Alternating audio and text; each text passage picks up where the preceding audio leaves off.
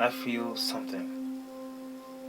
I feel the grand old opera of my soul boasting lyrics, crawling up the walls of my throat into the tides of my spit, like a smoky hot shot of whiskey, a kind of heat built with motion, like a good hard sprint on the fleshy lungs of a proud chest.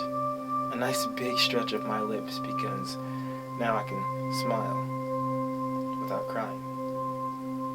I can see without the big bright streaks of blinding light spewing in from all the thin, sharp edges. You know, the ones that sear your skin so thin so that you can really see what's underneath. The ones that break open your tears because underneath doesn't look like you thought it might, because underneath is truth and untruth, and it scorches the soul of your eyes and realize, because underneath is everything that you are and nothing that you aren't, and that is what makes it burn. But after burning so much for so long, the sting isn't the same. And the underneath, well, it looks kind of nice if you squint your eyes a little and tilt your head to the left or the right? And now I can witness myself nearly whole and not feel the blister of my broiled insides, and not want to peel off my own skin, and not want to hurt my grin, and not want to look to him or her for me, and not be livid, and not be loathing, and not be ripping at my fragile seams, and not be hearing my own voice, low and toxic, kissing me under my chin and under my poise and positivity, and not be killing my guts before glory, and I ask the questions that set me aflame, and not be burning behind my own buildings in the quiet.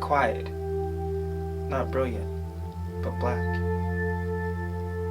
and proud. I've heard it in dozens of mouths, but it's never lived in mine. But I see the ebony now and think, maybe, because I cannot shed this color like leaves. I cannot see out of his or her eyes. I cannot forget the bodies that I am standing on.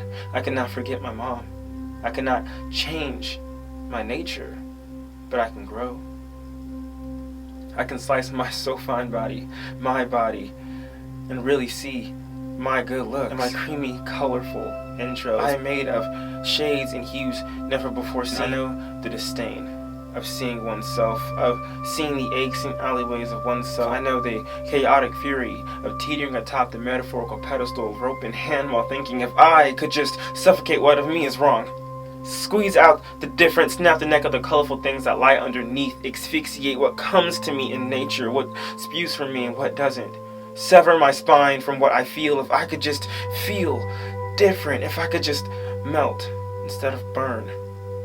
I have been nothing, and it feels like burning in the quiet. I have felt the pain and the pang of my setbacks. I have soaked in the struggle. I have drowned in the pour of the past, the last terribly amazing memories.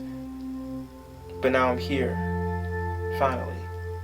Or maybe I'm just close, and that's dear still. One small step for man, they say. I am man I am. Young though, ask me if I think, and I will think first. I took a step.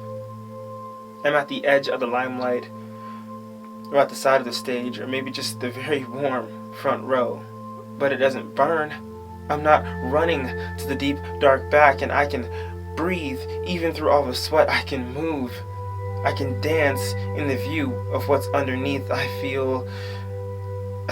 can tell myself how to twitch to my own nervous rhythm. I could beat them. I'm not ahead, but I'm not behind. I'm underneath, and I feel good.